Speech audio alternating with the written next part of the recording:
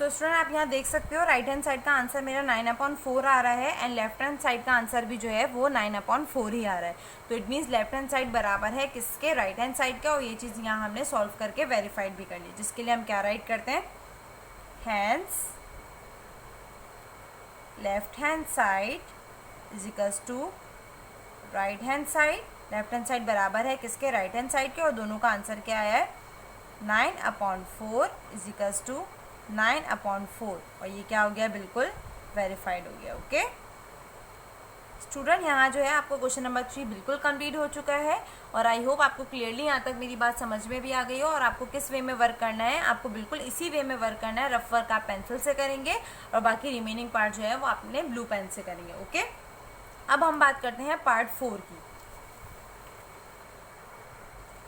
सबसे पहले आप 4th पार्ट को ऐसे यहाँ कॉपी करेंगे, देन हम उसके बाद आगे कंटिन्यू करेंगे। जैसे हमने बाकी के पार्ट्स किए हैं वैसे ही हम इस पार्ट पे भी वर्क करेंगे। ओके और जो 4th पार्ट आपके पास यहाँ गिवन है वो है 5/6 multiply bracket 1 whole number 3/4 minus 1/2 bracket close is equals to bracket 5/6 multiply by 1 whole number 3/4 bracket close minus bracket 5/6 multiply by 1/12 bracket close. यहाँ पर भी हम सबसे पहले लेफ्ट हैंड साइड पे वर्क करेंगे, देन हम राइट हैंड साइड पे वर्क करेंगे। ओके तो यहाँ लेफ्ट हैंड साइड की सबसे पहले मैं वैल्यू राइट करूँगी और वो वैल्यू क्या है, 5/6 multiply 1 whole number 3/4 minus 1/12। Student आप यहाँ देख सकते हो आपके पास यहाँ 2 फ्रैक्शंस गिवन है ब्रैकेट में, और एक फ्रैक्शन जो है आपके पास कंपाउंड फ्रैक्शन है और एक आपके पास नॉर्मल फ्रैक्शन है। सबसे पहले आप इस कंपाउंड फ्रैक्शन को आप नॉर्मल फ्रैक्शन में चेंज करोगे, ठीक है, जिसके लिए मैं आपको ऑलरेडी बता चुकी हूँ कि आप डिनोमिनेटर को होल नंबर से मल्टीप्लाई करेंगे और देन न्यूमिनेटर को उसमें ऐड कर लेंगे। 4 1 जा 4, 4 में 3 को प्लस किया आपने, कितना हो जाएगा 7, 7/4 माइनस 1/12। ओके अब जब आपने इसको नॉर्मली फ्रैक्शन में चेंज कर लिया है यहाँ पर, अब हम क्या करेंगे, आपके पास 2 फ्रैक्शन गिवन है और बीच में आपके पास माइनस की साइन गिवन है। और आपके पास जब 2 फ्रैक्शन माइनस की साइन के साथ गिवन होते हैं तो हम क्या करते हैं, उसका एलसीएम लेते हैं। और एलसीएम जो है हमेशा डिनोमिनेटर का लिया जाता है, ठीक है। और डिनोमिनेटर में आपके पास क्या वैल्यू गिवन है, 4 और 12। हम सबसे पहले इसको 2 से करना स्टार्ट करेंगे। 2 2 जा 4, 2 6 जा 12, देन 2 1 जा 2, 2 3 जा 6, देन 3 1 जा 3। ओके क्लियर है। अब हम यहाँ नॉर्मली इसके फैक्टर्स को मल्टीप्लाई करेंगे। 2 2 जा 4, 4 3 जा 12। आपके पास जो एलसीएम का आंसर आया है वो क्या आया है, 12 आया है, ठीक है। सबसे पहले हम उसे राइट करेंगे, 5/6 मल्टीप्लाई बाय एलसीएम का आंसर हमने राइट किया लाइक दिस। ओके अब आप डिनोमिनेटर के टेबल में चेक करते हैं कि एलसीएम का आंसर कितने टाइम्स में आ रहा है, और वो जितने टाइम्स में आ रहा होता है न्यूमिनेटर को आप उससे मल्टीप्लाई कर देते हैं। जैसे 4 के टेबल में 12 जो है वो 3 टाइम्स में आता है, तो आप उसके न्यूमिनेटर को 3 से मल्टीप्लाई करेंगे। देन 12 के टेबल में 12 जो है वो 1 टाइम आता है, तो आप उसके न्यूमिनेटर को 1 से मल्टीप्लाई करोगे। अब यहाँ आप इसको नॉर्मल मल्टीप्लाई कर सकते हैं। 7 3 जा 21 माइनस 1 1 जा 1। क्लियर है। अब यहाँ नॉर्मल आप इसको माइनस भी कर सकते हैं, और माइनस करके आप यहाँ ब्रैकेट को रिमूव कर देंगे। ओके 21 में से 1 को लेस किया, रिमेनिंग क्या रह गया 20, और रिमेनिंग नीचे क्या रह गया आपका 12। स्टूडेंट यहाँ आपके पास जो है वो 2 फ्रैक्शंस गिवन है और उसके बीच में जो है मल्टीप्लिकेशन की साइन आपके पास यहाँ गिवन है।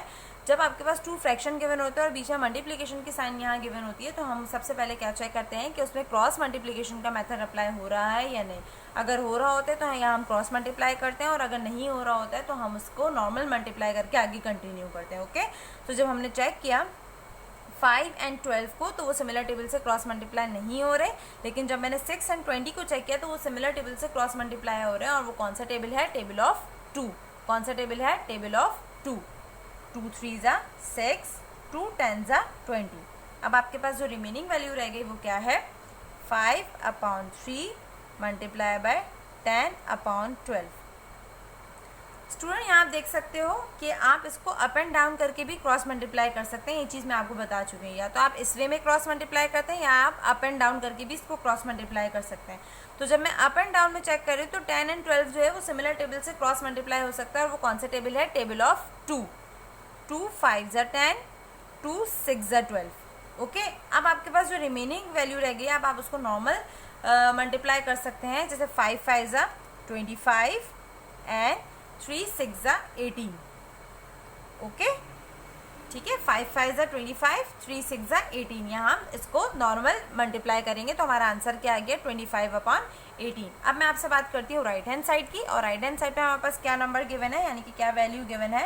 Right hand side is equals to 5/6 brackets के साथ multiply by 1 whole number 3/4 bracket close minus 5/6 multiply by 1/12, okay. यहाँ आपके पास 2 ब्रैकेट्स गिवन है और दोनों ब्रैकेट्स के बीच में जो है आपके पास माइनस की साइन गिवन है, और ब्रैकेट्स के अंदर जो है आपके पास 2 फ्रैक्शन गिवन है। फर्स्ट आपके पास फ्रैक्शन गिवन है, सेकंड आपके पास कंपाउंड फ्रैक्शन गिवन है। सबसे पहले हम इस कंपाउंड फ्रैक्शन को जो है वो फ्रैक्शन में चेंज करेंगे, देन हम आगे कंटिन्यू करेंगे, ओके। 5/6 मल्टीप्लाई 4 1 जा 4, 3 प्लस किया 7, 7/4 then bracket close minus 5/6 multiply by 1/12। Second bracket को मैंने एज इट इज कॉपी कर लिया।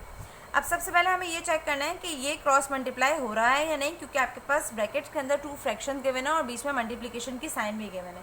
तो सबसे पहले हम ये चेक करेंगे क्या ये क्रॉस मल्टीप्लाई हो रहा है या नहीं। अगर वो हो रहा होगा तो हम उसको क्रॉस मल्टीप्लाई करेंगे, और अगर नहीं हो रहा होगा तो हम उसको डायरेक्टली आगे कंटिन्यू करेंगे, ओके। जब हमने चेक किया तो ये क्रॉस मल्टीप्लाई नहीं हो रहा है, तो हम यहाँ इसको नॉर्मल मल्टीप्लाई करें, क्योंकि 5 और 4 जो है सिमिलर टेबल से क्रॉस मल्टीप्लाई नहीं हो सकते, 7 और 6 भी जो है वो सिमिलर टेबल से क्रॉस मल्टीप्लाई नहीं हो सकते। इसी तरीके से 5 और 12 भी नहीं हो सकते, एंड 6 और 1 भी नहीं हो सकते, ओके।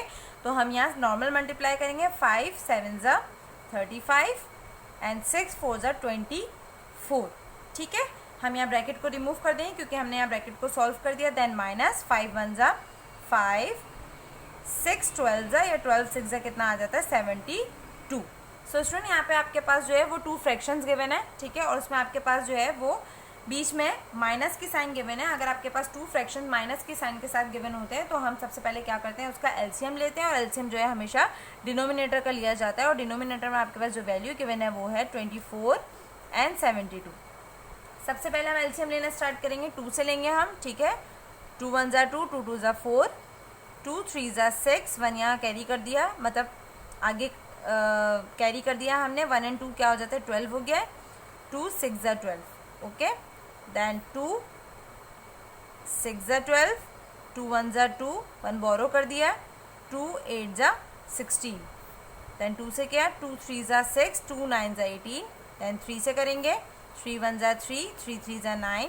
देन अगेन 3 से करेंगे, 3 1 जा 3, ठीक है। अब आपके पास जो फैक्टर्स हैं आप उसको नॉर्मल मल्टीप्लाई करोगे। 2 2 जा 4, 4 2 जा 8, 8 3 जा 24, 24 3 जा 72। तो यहाँ एलसीएम का जो आंसर आया वो क्या आया है 72 आया है, ओके। अब डिनोमिनेटर के डिजिट के टेबल में चेक करते हैं कि एलसीएम का आंसर कितने टाइम्स में आ रहा होता है। जितने टाइम्स में आ रहा होता है तो न्यूमरेटर को हम उसी से मल्टीप्लाई कर देते हैं। 24 के टेबल में 72 कितने टाइम्स में आता है 3 टाइम्स में आता है, तो यहाँ हम 3 से मल्टीप्लाई करेंगे। देन 72 के टेबल में 72 1 टाइम में आता है, तो उसके न्यूमरेटर को हम 1 से मल्टीप्लाई करेंगे।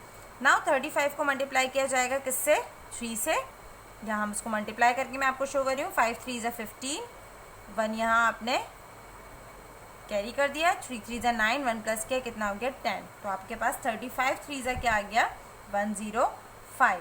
देन 5 1 जा 5। अब नॉर्मल आप इसको माइनस कर सकते हैं, 105 में से आपने 5 को लेस किया तो रिमेनिंग क्या रह गया 100, और 72 आपका डिनोमिनेटर आ गया। अब आप ये चेक करेंगे क्या ये क्रॉस मल्टीप्लाई हो सकता है या नहीं, तो ये बिल्कुल क्रॉस मल्टीप्लाई हो सकता है, यानी कि सिमिलर टेबल से इसको क्रॉस मल्टीप्लाई कर सकते हैं। और वो कौन सा टेबल है, टेबल ऑफ 2। कौन सा टेबल है, टेबल ऑफ 2। 2 5 जा 10, 0 हमने ऊपर कैरी कर दिया। देन 2 3 जा 6, 1 आगे दे दिया, 1 और 2 क्या हो जाएगा 12, 2 6 जा 12। देन अगेन इसको 2 से करेंगे, 2 2 जा 4, 2 5 जा 10, 2 1 जा 2, 1 आगे दे दिया, 2 8 जा 16। तो आपके पास जो वैल्यू आ गई वो क्या आ गई 25/18। सो स्टूडेंट आप देख सकते हो लेफ्ट हैंड साइड का आंसर भी आपका 25/18 आ रहा था, और राइट हैंड साइड का आंसर भी आपका क्या आ रहा है 25/18 आ रहा है। तो it means left hand side बिल्कुल बराबर है किससे, राइट हैंड साइड से, जिसके लिए हम क्या राइट करते हैं, hence left hand side is equals to right hand side, okay. और दोनों का आंसर क्या आ रहा है, 25/18 इज इक्वल्स टू 25/18। और ये आंसर क्या है, बिल्कुल वेरीफाइड है, यानी कि लेफ्ट हैंड साइड बिल्कुल बराबर है किसके, राइट हैंड साइड से। क्लियर है बात, बिल्कुल इसी वे में जो है वो अपनी कॉपी में वर्क का टाइम करेंगे, ठीक है। क्लियर है बात, यहाँ तक बात हो गई क्वेश्चन नंबर 4, यानी कि पार्ट 4 तक जो है मैं आपको ऑलरेडी यहाँ सॉल्व करा चुकी हूँ। अब बात करते हैं पार्ट 5।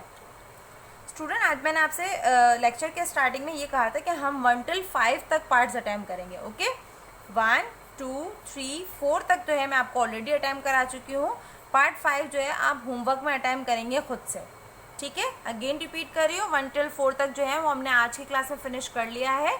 और पार्ट 5 जो है, यानी कि क्वेश्चन नंबर 5 जो है वो आप खुद से अटैम्प्ट करेंगे इन योर होमवर्क। क्लियर है बात, आई होप आपको आज का टॉपिक अच्छे से क्लियर हो गया हो, किसी को कोई कन्फ्यूजन ना रही हो। Today class is finish now, thank you.